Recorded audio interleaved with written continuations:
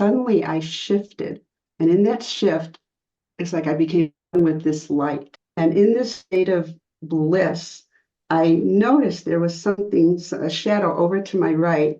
And I turned and I saw it was Christ. I'll just touch on this. More extraterrestrials are here. More of them will be made known. I've seen spacecraft that are going to be coming and filling the skies if people do not change the course of events.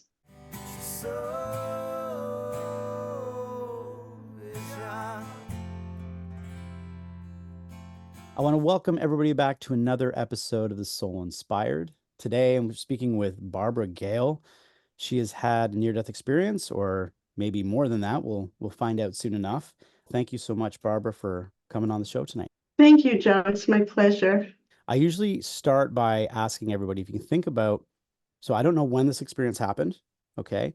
But if you can think about a little bit about who you were before the experience. So the person that you were, if I can get a little understanding of who Barbara was before this experience happened to you, if I can get some of that info. Okay, I've listened to a lot of other people discuss their near-death experiences, and I've helped a lot of people understand their near-death experiences. And one big commonality is people say they gain this enormous insight after a near-death experience that there is life, it's really true, or there really is a God, or their loved ones really are in an afterlife, or suddenly they have healing abilities, or suddenly they have psychic abilities. But I already had all of that. Mm. From the time I was 3 years old, according to my mom, she said I started talking about life on other planets. And early on, I started getting messages from relatives who had passed on. So some people were scared to death because they didn't understand that, because, what? How does she know that? So my near-death experience did not give me any enhanced abilities, because I'd already been in all of these kinds of experiences. You name it, I've levitated, I've made myself invisible, I've been a spiritual medium all my life. I worked in healing capacities with people who were paralyzed who then were no longer paralyzed. So what I got out of the near-death experience, because everything I write about or teach, I always tell people it's from my direct experience, or it's what I've been directly told by either their loved ones or guidance or God. So I don't give information from my opinion. I give it from actual factual experience. So the two things that I got out of any of the near-death experiences that I had, the first time I actually physically died, the other two I didn't quite cross over, were, wow, I get to understand the other side of it. I've worked with people in so many capacities, and if you experience something they have, you have another dimension of how to help them. And then with my other extra perception abilities I was born with, I'm able to pull that information through. And then, of course, having a heart attack was horrible. It didn't feel good. It wasn't fun. Having an anaphylactic shock experience from peanuts was not fun. But I admit I loved being able to see my dad when I was leaving. And I loved the fact that so many miracles ensued after I came back the first time from the heart attack. So it's the important message that I got out of all of these experiences was, what are you going to do about it now? So you had this near death experience. Now, what do people do? And that's where I find that people get stuck. Sometimes they don't know what to do with it. They don't know, is it true? Did it really happen? Maybe there are people telling them it didn't happen. But I would tell them, yes, you experienced it, it happened. I've had out-of-body experiences through meditation, and I've traveled to other realms, and I've been in God's presence, literally. And it took a long time for me to talk about it, because people say, you what? I said, yes, I've been in God's presence. God is real. God is not a man or a woman. God is energy and intelligence and light and love and compassion and incredible wisdom. So my experiences only enhance everything else that I already was doing. So that's what I love. I love helping people understand what happened to them so that they don't doubt it and they can make sense of it and then use it, use whatever they're getting out of it because it's Wow. always for a reason. And I don't know, maybe there's some commonalities actually why people have near death experiences.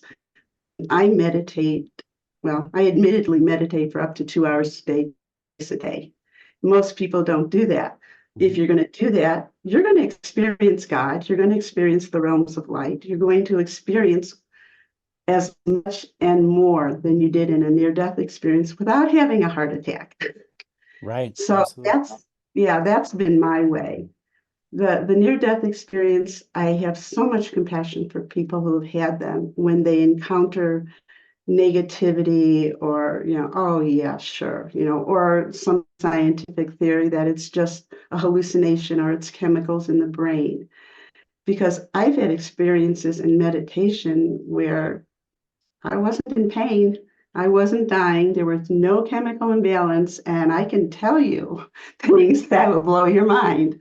Right. So this is not our only reality. And people are going to wake up to that pretty soon because from what I've seen, there are more and more, and who I've met. I'll just touch on this. More extraterrestrials are here. More of them will be made known. And one of them that I met saved my life, and my friend who was with me, John, commander of Spaceship Five for weather control, saved our lives. And the guy, the friend I was with, he was in shock. He had a hard time realizing what was happening. Not everybody just welcomes this in. But again, I was doing this since I was 3 years old. So this is Hmm. my world. This is actually the bigger world, the bigger reality. Wow. Okay. I'm getting a How's general that for an sense. introduction? I love it. I love it. I really do. This is a first for me. So this is what I mean. The longer I go with this Okay. the longer I go with this podcast, my understanding and knowledge is expanding, right? So I love hearing that you had an idea or a feeling of who you truly were, even as young as 3 years old, and you understood things even more. I've said on numerous podcasts, I used to walk around grocery stores with my mom, and I could feel when people were angry or sad, and I was just a little guy. I remember thinking, Yeah, wonder why he's mad. But if someone were to look at him, you wouldn't be able to tell, but I could feel it, and I thought that was normal. And exactly. yeah, yeah. So I had Yeah. that. I would close my eyes. I could see colors around people. I would tell my mom about it. So Yes. I used to have all Yeah. of these different things that were just a bit different, Mhm. but I thought everyone had it. I thought that's what every people, like all children were Exactly. doing. So Exactly. I can relate to you in that way. So you had this understanding, and probably even, it sounds like more, and then you were living your life, and then you had this NDE. And what you're trying to say is that it wasn't just this profound moment because you had already had the understanding, but you did at least at that point get the glimpse of what your understanding was. Like you were like, oh, Right. okay. Yeah. Did it come to you like almost like it made sense then when it happened? You're like, oh, okay, this is why I was feeling this my whole life. Oh, no, I already knew that I Okay. was traveling to other dimensions, but the first time when I had the heart attack, I said that there were two takeaways for me. And the second one was I was under so much stress, I just didn't want to be here anymore. I was going through a divorce and I was not a happy camper. I was not. And I just moved with and took my daughter with me, and we went to Arizona, and my whole life was uplifted in a very hard way. And so that night, my friend was who we were living with. I had been born with a genetic heart problem. It's called WPW, Wolf Parkinson White, for those of you who follow things like medical diagnoses. But it had never been correctly diagnosed. They put me on different medications that I was told later absolutely killed people left and right.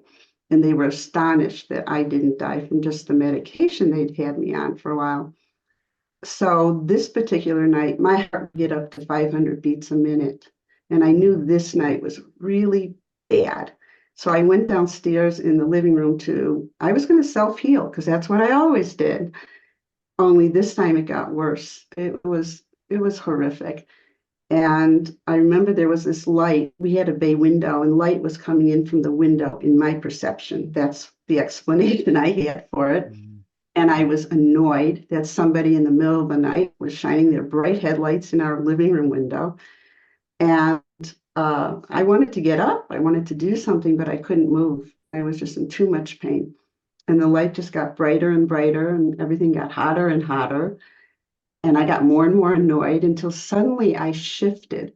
And in that shift, it's like I became one with this light.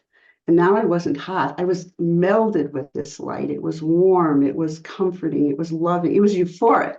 That's the word. It was euphoric. And in this state of bliss, I noticed there was something, a shadow over to my right. And I turned and I saw it was Christ. Now, I've been seeing and communicating with Christ since a child, but never, never, never as a religious figure. He only came as a friend. A friend, that sums it up. He never mentioned a religion to me. He came as a friend. Mm-hmm. But I remember when I saw him, I was so excited. But he said to me, "Are you coming with me?" And I knew instantly he meant going with him. And I had a 10-year-old daughter sleeping upstairs. And my first thought was, I am not going to let her come downstairs and find my body. That will mark her for life. And all I did was think it. And he said, "All right, we'll help you begin again." But when he did that, then all the pain came back. And I remember distinctly saying to him, "No, wait," because the pain was so bad. Can we talk about this? Yeah. You know? Yeah. But I didn't know what he meant by "we will help you begin again." Mm. I had no concept of what that meant. And I was lying there, and he kind of seemed to like sort of implode into thin air, just like become a part of the air, but I could feel he was there. And then there was this like cushion of warm air underneath me like a cloud. And where moments ago I couldn't even move my arm, I'm suddenly lifting up. Literally, Joe, my feet did not touch the ground.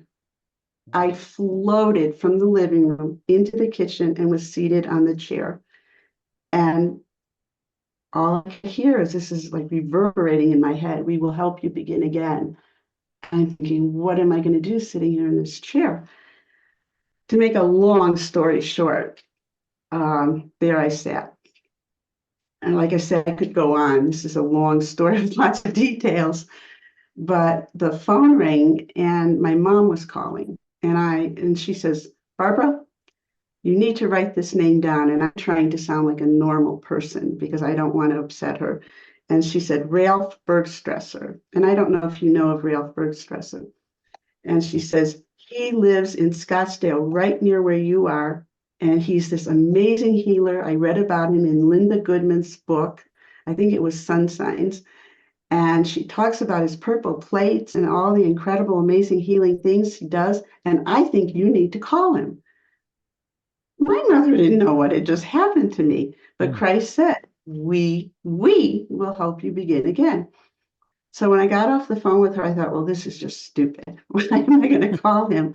So I left the most inane message I could on his answering machine and said, "Hi, my name's Barbara. Somebody told me to call you. I'm really not sure why. This is my number. Thank you." That was it. I mean, this man is world famous, and you can still, he invented with Tesla these purple plates, and you can still get them online, but you want to make sure you get the authentic ones that he made. So he called me back immediately, and he said, "You need to get over here." And I said to him, "I can't. I can't drive. I'm not feeling so well." And again, I'm still downplaying this. And he said, "Yeah, there's somebody in your house with you that can help you." I said, "Oh my God, that's my 10-year-old daughter. She can't do it." He says, "Oh yeah, she can. She can. You just put your feet on the wheels and you tell her where to steer, and you two are going to get here. I'm only minutes from where you live."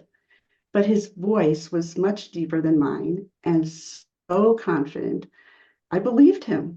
And my daughter and I, we did somehow, some way, 10 minutes we got to his house. And he had phones ringing and his secretaries there, and this is only like 9 o'clock in the morning at this point, and papers are everywhere and books. And I mean, the secretary took control of my daughter. He sends me with him into this back room, which honest to God looked like something out of a sci-fi movie. He hooked me up with wires and electrodes and pads that I sat on that were hooked up to more wires and electrodes. And he had these, I don't know, things that he put in water, and he had me drink them. And he literally spent from 9 in the morning till it started to get dark with me in that room. It was like being in a scientific laboratory. Somebody should have been documenting this. But he was telling me about his work with the government. He told me about his relationship with Tesla. I mean, the man was incredible and fascinating. By the time we finished, I felt like a brand new person. I had so much energy. It was unreal. And he said, okay, I'm going to take you and your daughter to Denny's now. That's what the man says to me. He's taking us out to dinner to Denny's. Everything in my brain is whirling around.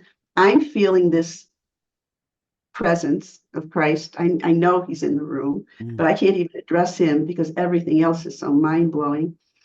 We go to Denny's. My daughter's coloring on whatever, the menus are they give kids.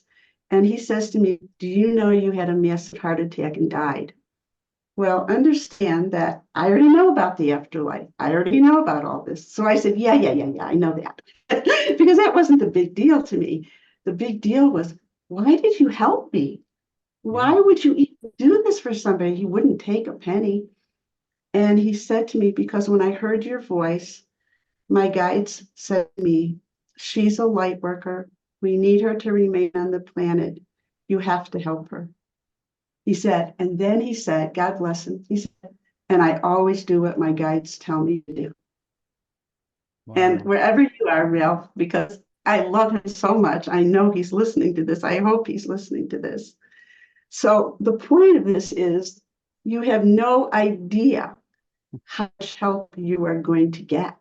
It's mind-blowing. It's expansion of consciousness, the way everything was orchestrated. Because my mother, I mean, I'd given her readings all my life, but she never, did anything like that, really.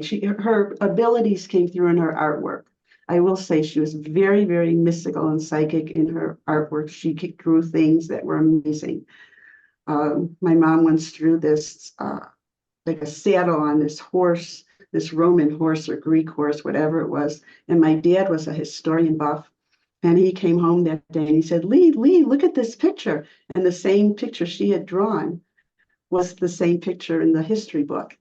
And I took a lot of art class lessons. I grew up in Chicago, at the Art Institute of Chicago. And I drew this fabulous picture, this setting with tables on the Champs-Élysées. And I drew the names of the street signs and the cafe and everything. And my art professor came over. He says, oh, I sat there. I ate in that cafe. When were you there? And I looked at him and said, I've never been to Paris.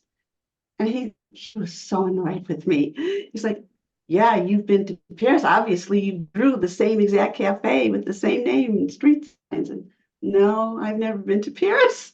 Wow. But I used to speak French more when I was a child. And it was just like I would hear this voice in my head speaking to me in French. So that's what I consider past life recall, that deja vu. And my lives kind of bleed through one to the other. I'd call it walking between two worlds. And I had a car that ran a stoplight and it totaled my car. And one of the tests that I had to go through was they did some kind of EEG of my brain. And they found something and I could hear them whispering about it. And I said, what? What is wrong with me? And they said, it's not that it's wrong with you. It's just some kind of anomaly in your brain. We don't know what this is. And then they did more tests and they said that my brain and my eyes don't react the right way. They're like in hyperspeed. The wires aren't working the same way that normal people do. And I would bet that there's a whole lot of people who have my abilities where if they had the same testing, they would also be told things like that. Wow. So it's exciting. It's exciting to me. I cannot imagine living without a mental, multi-dimensional reality Yeah, because like that's all I know. That's what that, I know. and this is what I'm getting. I mean, I'm hearing that you're just giving me brief moments that you've Yeah, experienced, and this is probably yeah, just like just a small amount. yeah, I'm getting that feeling, and you're right. There are plenty of people I grew up with who they don't even have a belief system in anything. They and it's incredible that you can have someone like yourself who has had. And when I say believe, I'm not talking religion. I'm talking right. I don't talk religion, quite right. honestly. I'm talking just in who we are at our core. Anybody who meditates enough is going to open up those centers. And you don't have to have a near death, and nobody wants a near death experience, I hope. But you don't have to go through a near death experience to have those otherworldly episodes. Mm.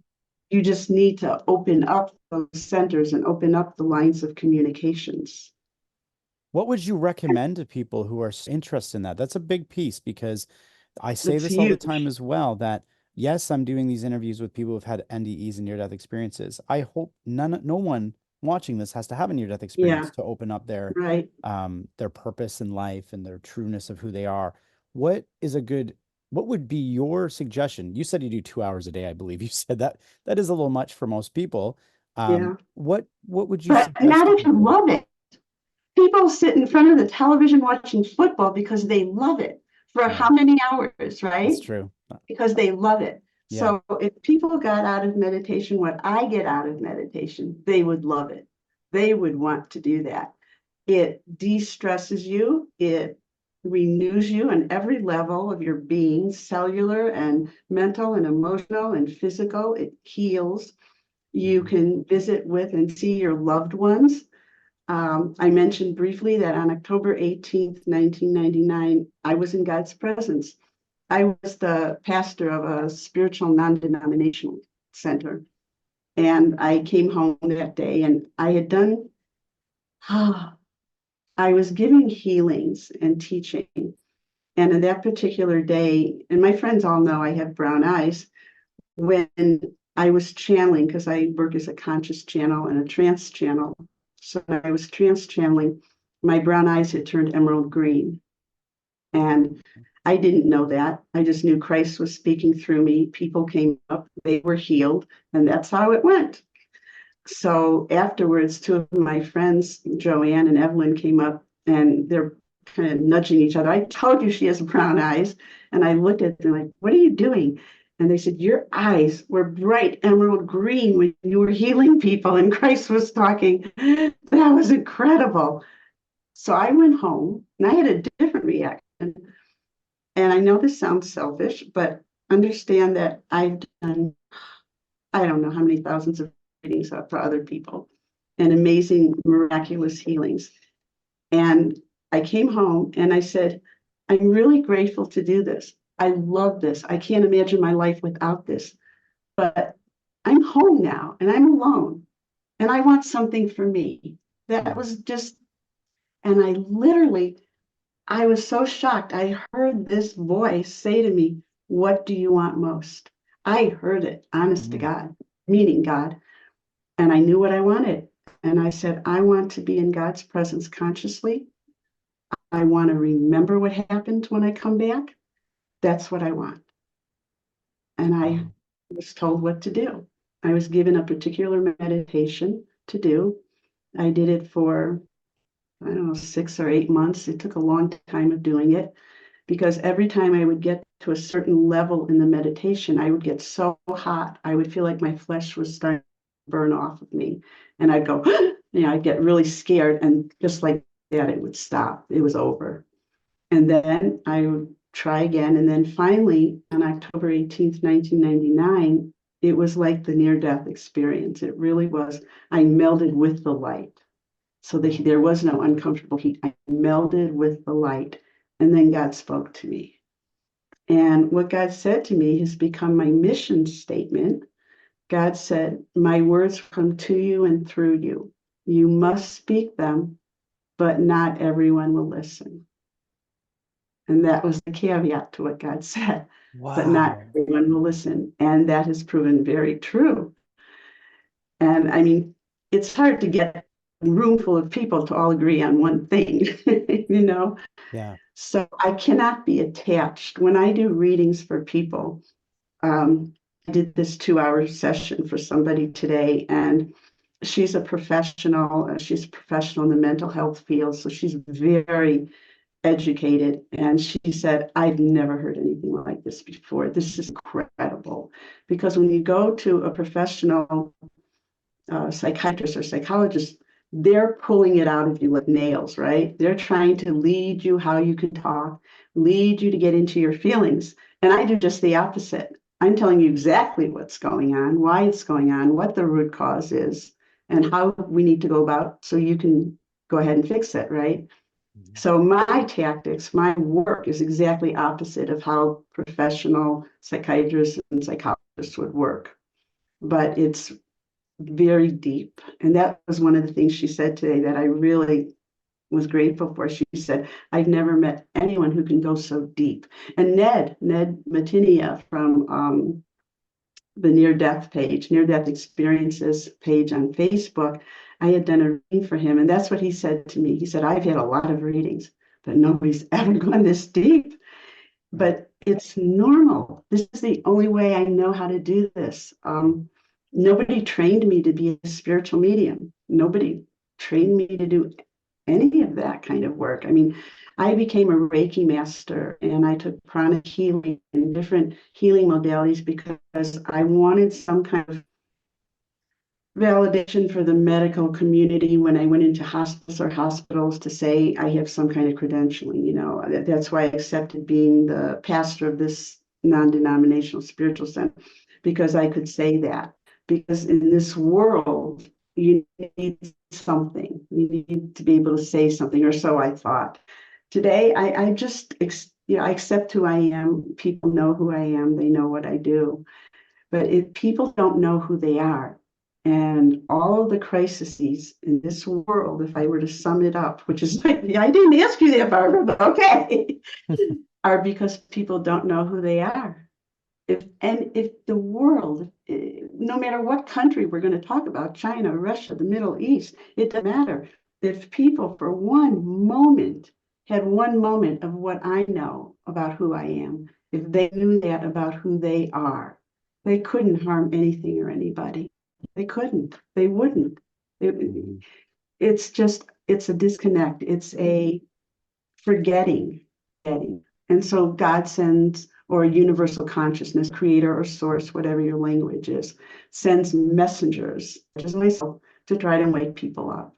You made a comment about if everybody knew or had the Who they understanding were, that are. of what you know, that these things in the world wouldn't be happening.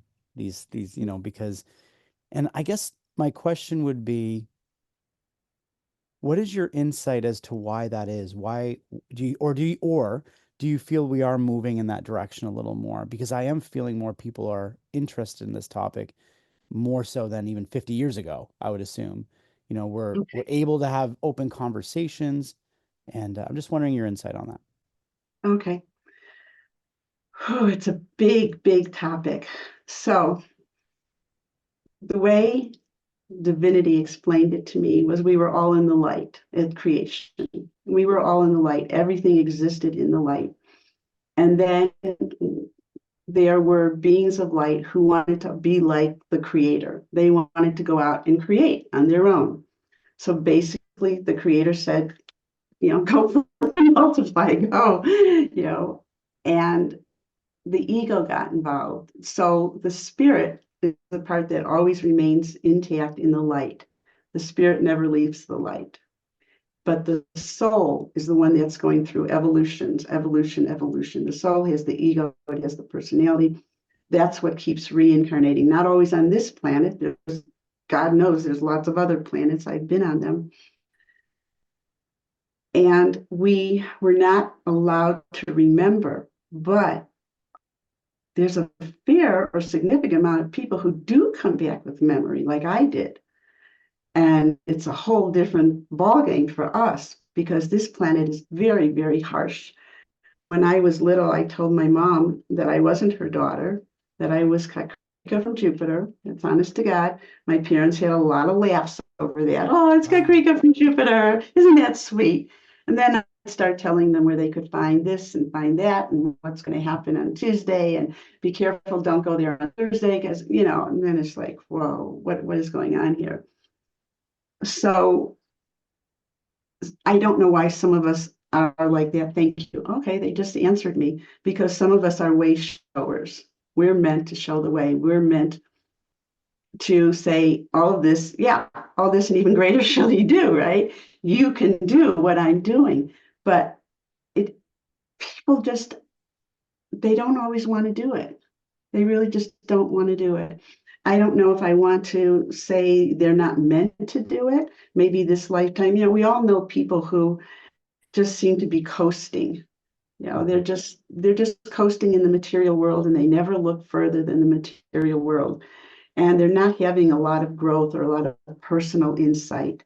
But other people are hungry, they're starving, they're pushed for it. And I was one of those because I just wanted to know more and be more and do more. And every field that I was in the dental field. And anything that I've ever done has been to help heal people. When I was a kid, I wanted to be a pilot.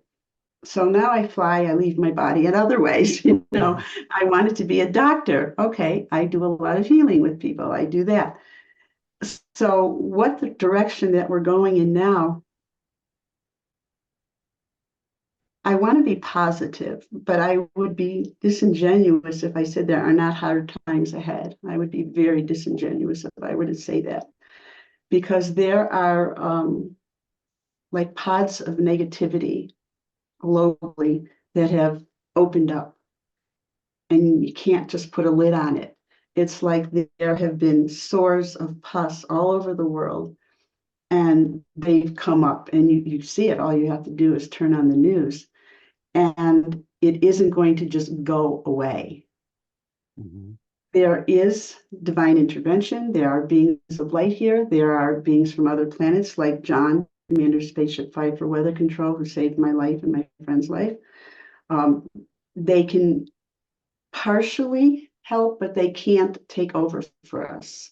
They can influence. Our loved ones are trying to influence. There is an energy here, and I had sent out an email to people.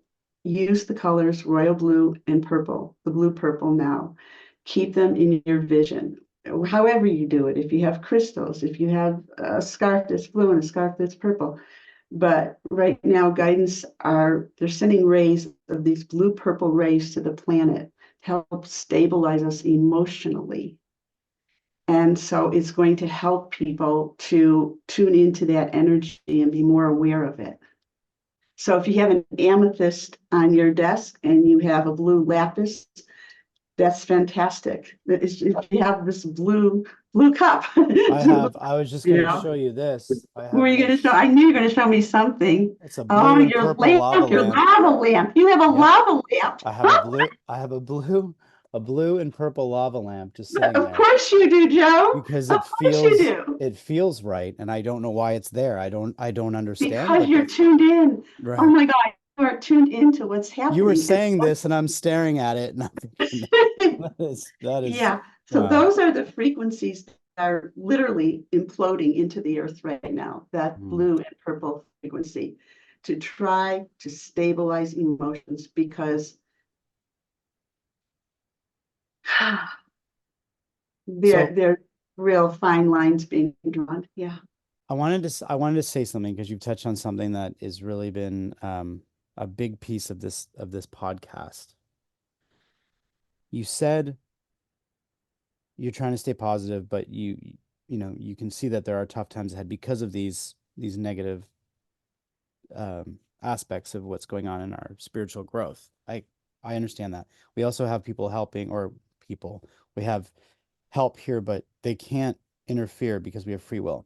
That's what I'm gathering from what you said. Right.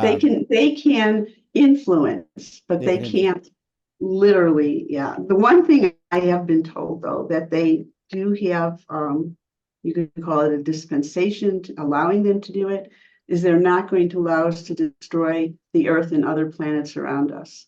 So it's just not going to be allowed. Right.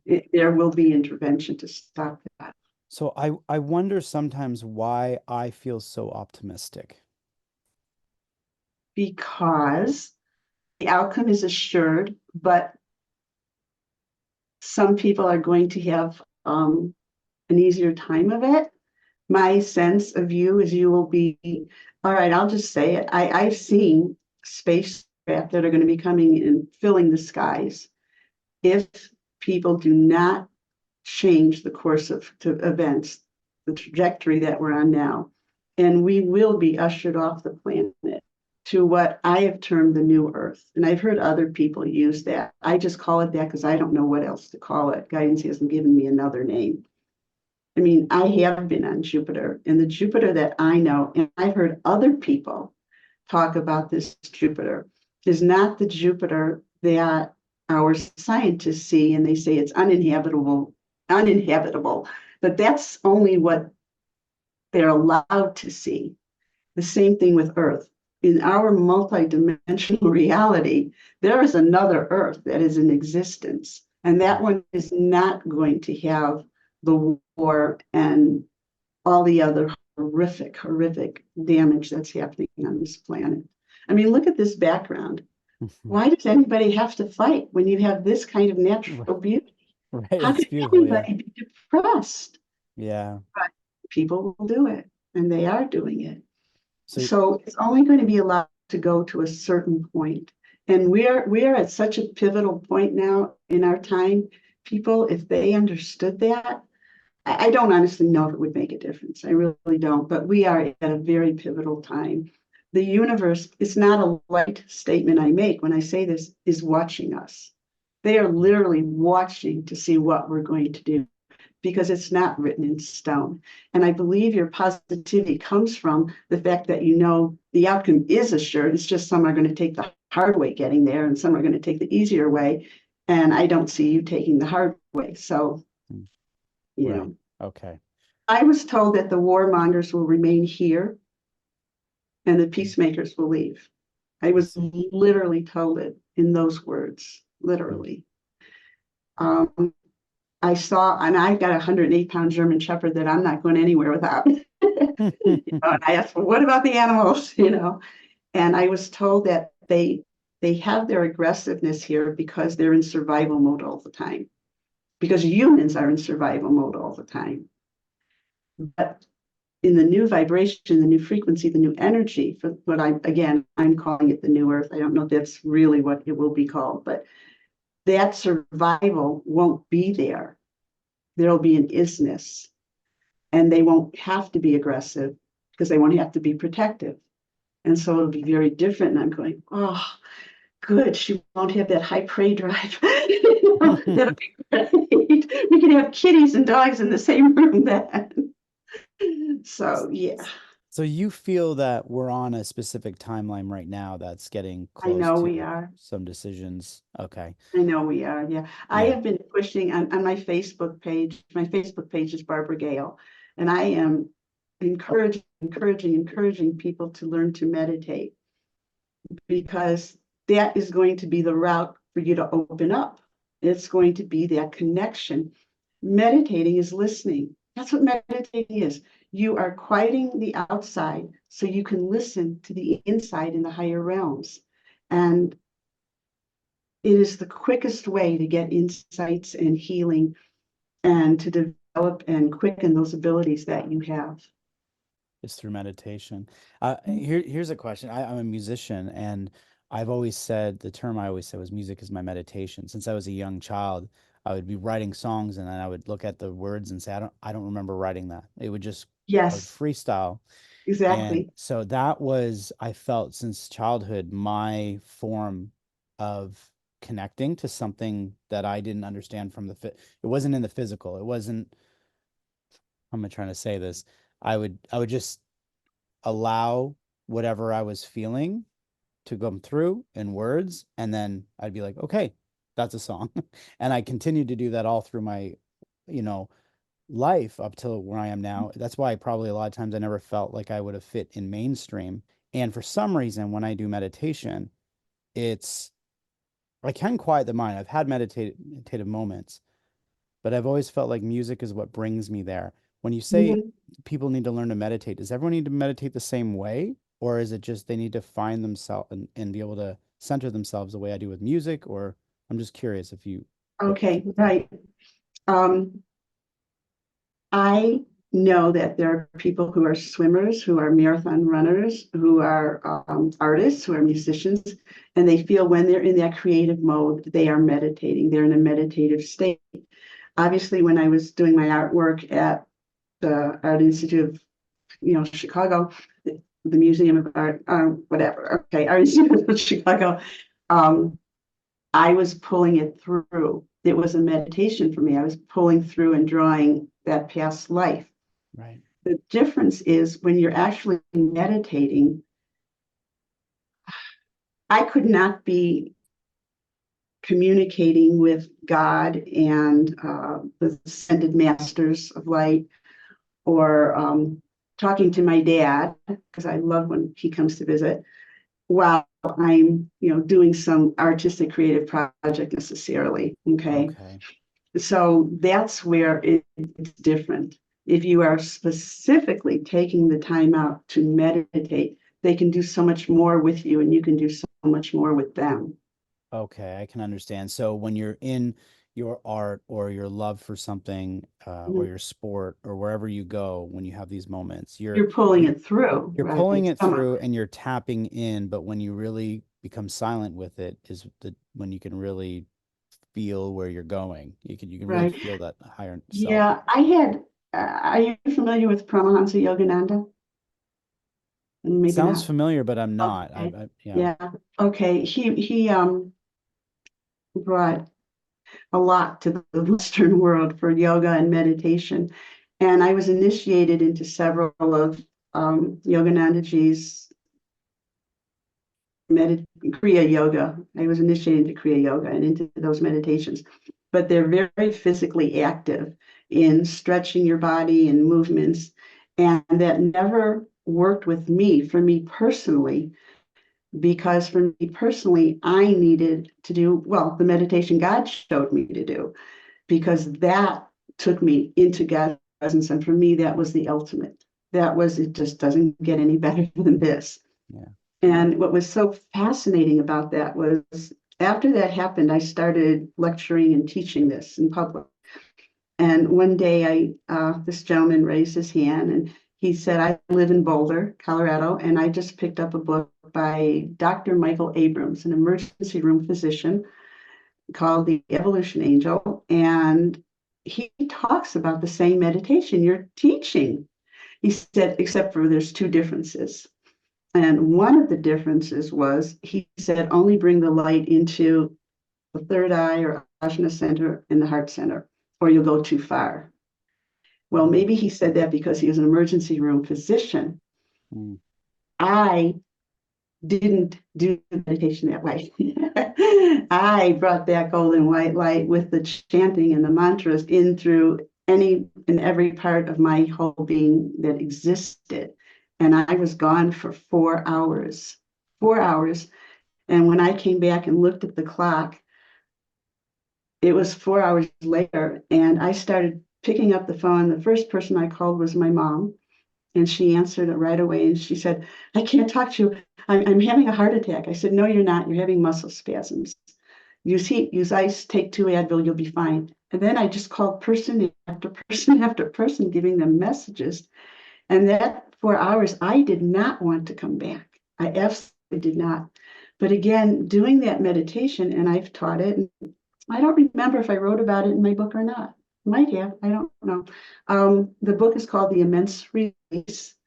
And the reason it's called that is because that was the term that the protagonist, one of the protagonists of the book, called his death when he detailed it. I mean, detailed what it was like to die specifically. He called it The Immense Release. mm. And it's on Amazon and Kindle and paperback by Barbara Gale. I find the immense release for me while I'm living is meditation, because that's when I let go of this world.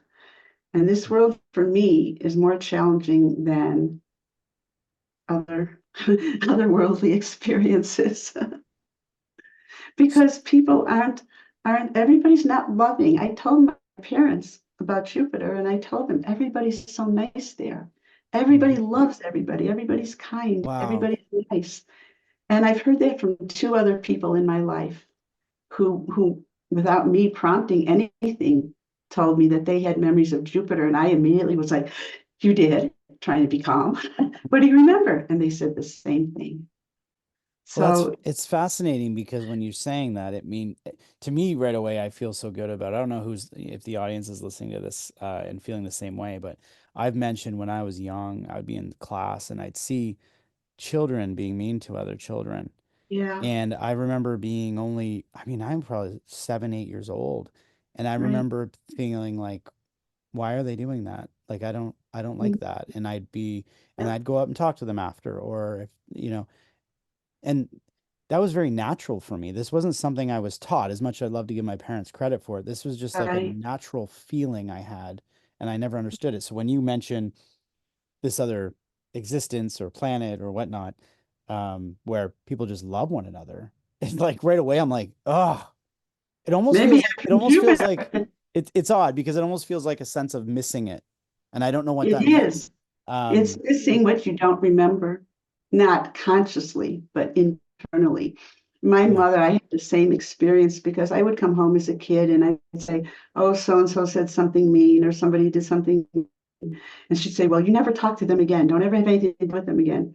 The next day I'd come home and we're best friends again. And Mm. she'd go, I told you, you can't be friends with them. Why not? I did not know how not to forgive. Right. Forgiving was my nature. It wasn't Mhm. my mother's nature. I don't think ever. She lived to be 101, and I don't think she ever Wow. forgave anybody anything. But That's funny. um, it was my nature. I couldn't hold a grudge against people. Generally speaking, I couldn't do it. I did learn because I worked with women in battered women's shelters because I was a survivor, and I did learn that not everybody is on the same timeline. You can't force people. You just can't. Everybody gets it in their own time frame, and you can show them, you can try and lead them, but you can't judge them if it's going to take them longer. You just can't because you Right. don't know. Literally, if you're not walking in their shoes, you don't know. No, and I think the older I get, I understand not everyone's on the same timeline. I wish they were. I wish people were Yeah. seeing it a little quicker, but it's the way it is. You mentioned that in your book, so it was called The Immense Release. You don't go deep with the meditation stuff in the book, or you do, or is that just something that because Oh, you I mentioned do you give some meditation. I just don't remember if I call it the Yahweh meditation. Dr. Abrams called it the Yahweh because he would intone Yahweh and I was told to intone Yahweh. mm, So I guess you just do whatever you personally hear, what resonates with you. Um, Honestly, I can't remember. I just don't remember if the meditation's in there. There's so much in here. but you do work with individuals through meditative work. Like, do you help Oh people with God, sure. I meditation? have mentoring programs and Okay. I have meditation classes, mentoring programs, and spiritual development classes. I do so much on Zoom. It's amazing. I will have somebody from Australia and somebody from Paris, somebody from Greece, and then there's a lot of people from California. One person from Canada. Well, she has a home in Canada and a home in Colorado. Hmm. So it's so fascinating to be able to see people. And Ned and I did a Zoom session. There were about 50 people, and they were from everywhere. And I Wow. love it. I just think it's great. Well, it is one of the beautiful things about like everyone always talks so bad about technology because there is some things that are coming along with it. But the one of the beautiful things is I get to talk to people from all over the world when I'm Right. interviewing them, and it's something that I wouldn't have been able to do. So I feel blessed because of that. I find it fascinating that you do the meditation work with people because a lot of people like myself, as much as I can tune in to something when I'm doing music, meditation, I have a busy mind and I have to sometimes learn how to calm the mind down. And Okay, there you sometimes go. people need to be helped that Right, way. Hmm. right. People are told constantly, you have to quiet the mind, you have to quiet the mind. And then they just give up because they can't quiet their mind. You don't have to quiet the mind. I'm sorry, Yogananda and everybody else, but you don't. You just have to focus. That's what mantras are for. So in Hinduism, in many, many, many meditations, they give you a mantra that you're chanting because mantras have a different vibration. Hebrew, Latin, Sanskrit, Tibetan, these languages have a much higher frequency than the English language, which is kind of like flat pop. But if you focus, so if you focus your energy on, say, everything that brings you love, whether it's kids or puppies or horses, it doesn't matter. You will generate that high frequency and vibration of love in you. And then you're going to attract you into your meditation that which matches what you've now created. And then Hmm. that's just phenomenal. That's incredible. So it's not that you have to completely stop, it's that you have to focus what you're putting your attention on. And then sooner or Wow. later, believe me, you stop thinking and talking because when you hear and feel that shift, you hear they're talking to you and you feel that shift, or you leave your body and you go into another realm or on another planet, it's a whole different ballgame then. It's that. Wow. And that's why I say I can meditate for 2 hours. It's because I get so much out of it. And I understand why people go, oh, I know I should meditate. Because they're not getting anything out of it. People Right. are pleasure oriented. Yeah. You get a lot of pleasure out of meditation, Right. but it also And that gets you out comes of with, pain. and you're saying that comes with practice. It comes with the constant practice. Usually it comes with practice for people. For me, I was meditating before I knew what meditation was, because as a little kid, I would see like, well, to me, they looked like columns of light beings in my room, and then they'd start to take form. And I thought they were, I didn't know what to think, so I thought they were ghosts. So I would jump out of bed in the middle of the night or midnight. My parents would be watching TV on a weekend, and my mother would yell at me, "Don't make me get out of bed, up off this chair and put you back in bed." So Mm. I'd creep back into my bedroom and put the covers over my head or something. And I was terrified of death. You never met anybody more scared of death than I was, because I would see people and they were supposed to be dead. And I didn't want to be like them, walking around and people thinking I'm dead and I'm not dead. Right. And I didn't understand as a kid. They were just trying to get me to give messages. And when I think I was about 10, and my grandmother brought out a book of relatives who had died, passed on, I shouldn't say died, they had passed on. And I was just a kid, I was innocent.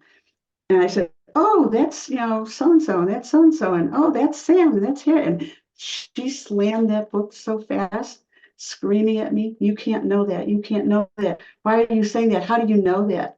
And I ran out of the room and locked myself in the bathroom because I didn't know what I did, but I guess I shouldn't have done it. Mm. She was just scared. She was just scared. She couldn't understand it. Yeah. So my daughter was raised differently.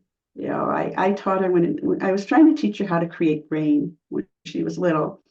And she thought that was just going too far. And I said, all right, well, let's go out in the backyard. And I just stood there and she said, you're not doing anything, Mom. Yes, I am. I'm smelling the rain and I'm feeling the rain. And I was moving my toes and every imaginable, every physical, visceral sense I had was embodying what it would be like if I was standing in the rain. And suddenly, just over our heads, just a small little cloud appeared and it started to rain. But Wow. God bless my daughter. She said, that's it. That's it. That's all we get. That's it. Oh, shrugged her shoulders and went back in the house. And I'm Right. like, what? No, you're missing the whole point. This is how you manifest. Right. She wasn't impressed. So, but she's good at manifesting these days. She's actually excellent at it.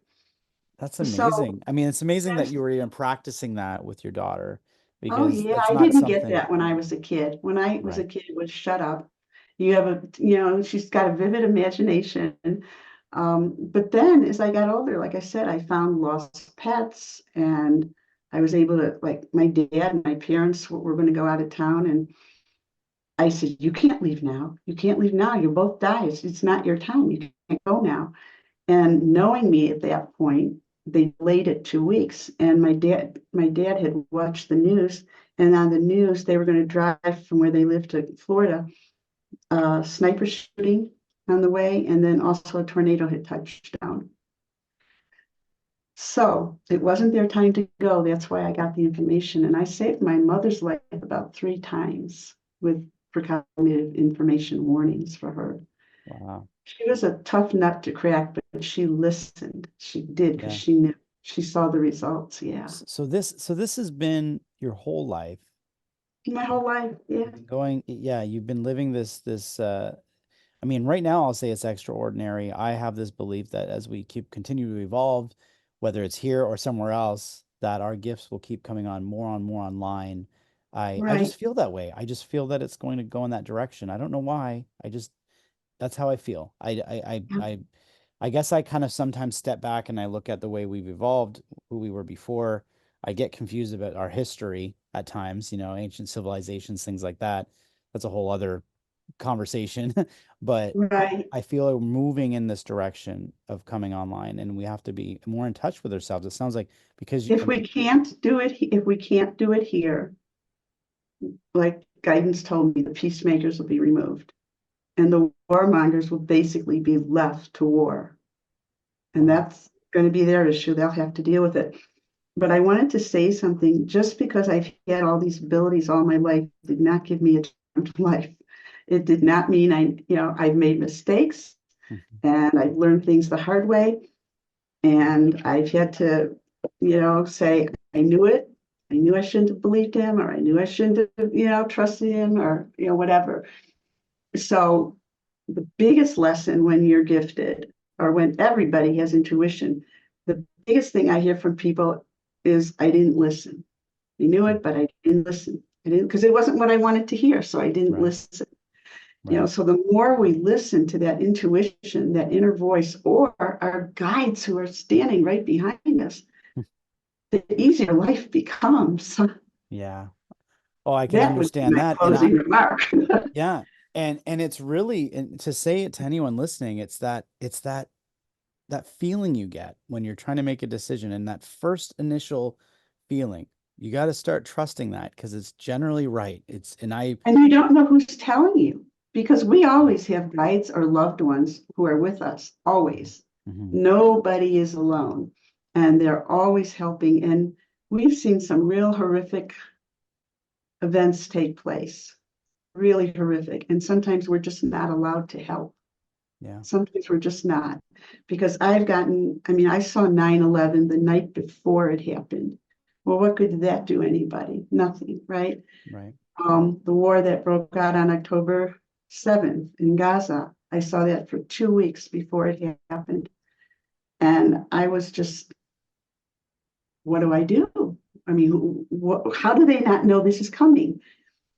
So we can't always do something about it. We're not allowed to, and we can't. But other times we can, like with my parents, the many times, or with many of my clients. Or God knows, with my daughter, God bless her, when she was growing up. So I won't embarrass her by telling funny stories, but there's a lot of them. You said that people are able to contact you on your Facebook page. Do you have a website or anything, or is there Oh, I anything? sure do. My website is answersfromthelight.com, because that's where I get my answers from, the light. And so that's why it's answersfromthelight.com. And YouTube and TikTok and Facebook and kind of all over the place, because that's the way it is today. It's what you have to do to reach Yeah. people. And the world is out there. It's a big world. It's a wonderful way to connect. And your book, can it be found on that website Yeah, too, or okay, that's on just wondering. Amazon. Okay, on Yeah. Amazon. Okay. Mhm. One of the last questions I always ask everyone, it's something, and now this one, I'm really fascinated to get your answer on this actually. Okay. What is, I don't know if you can generalize this with everyone, but what is our main reason for incarnating? We learn fast. Supposedly, the theory is we learn faster here.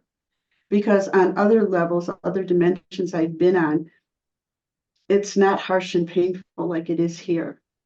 Here, you learn on a very visceral level, deep, deep, penetrating level, and you can learn a lot very fast. Admittedly, as I said earlier, some people seem to be coasting and they don't seem to be learning anything at all. But when there's a near-death experience, for instance, you don't know who you're affecting when you come back. When I had the anaphylactic reaction to the peanuts and had to be rushed to the hospital and I was leaving, all these people were affected. The guy in the it was Japanese restaurant who I said to him, no peanuts, no peanut oil. He had a big lesson he learned because he almost killed me. And then all the people in the hospital who were there, I mean, they were incredible from what I was told because I was unconscious 99% of the time. Actually, yeah. So they had their jobs. They were affected by what happened to me. So it is a ripple effect. Everybody who gets touched by anyone who's had a near-death experience, you have no idea why you had that near-death experience unless you can see the full ramifications of your loved ones, your friends, the doctors, the nurses, everybody's life who you touch, the EMTs. Everybody has something to experience. It is so finite in the planning that it's mind-blowing.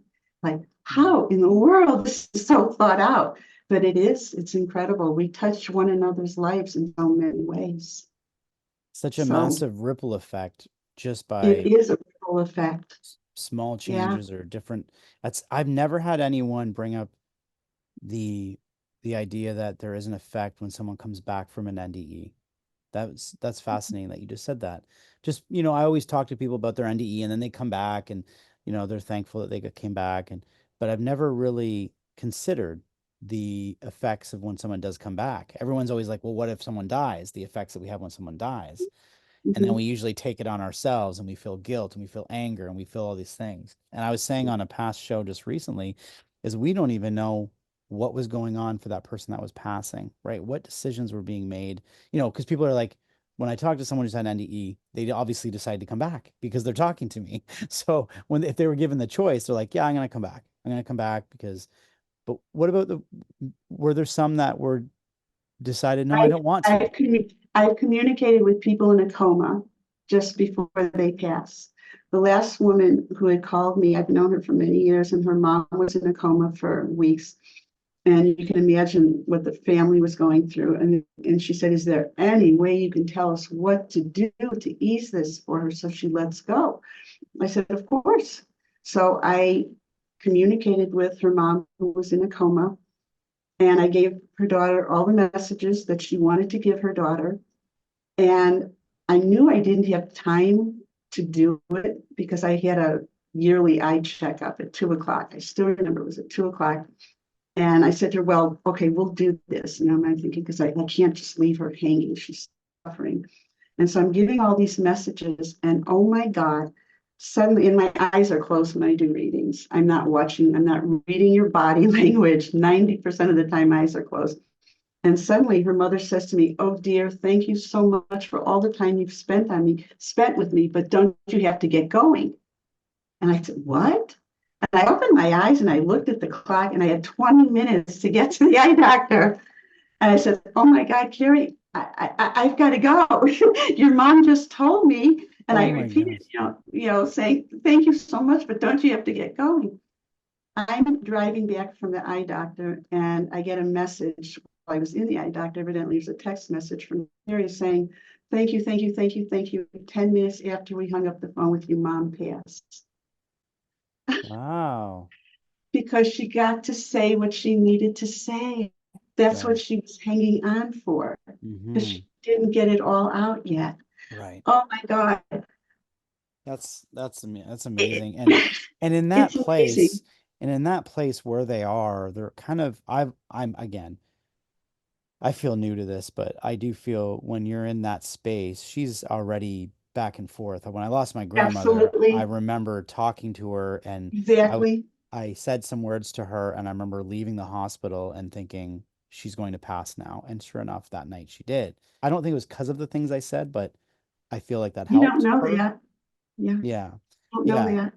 Yeah. So there's probably this, I'm already kind of in and out and I'm hanging on for everyone else. And okay, and, you know, and so and it's just a beautiful story there, and it's also amazing how you said we're here to learn faster, and you're talking about being here on Earth, incarnating on this Earth, Correct, right? It's just that because correct, it's a harsh environment, and correct.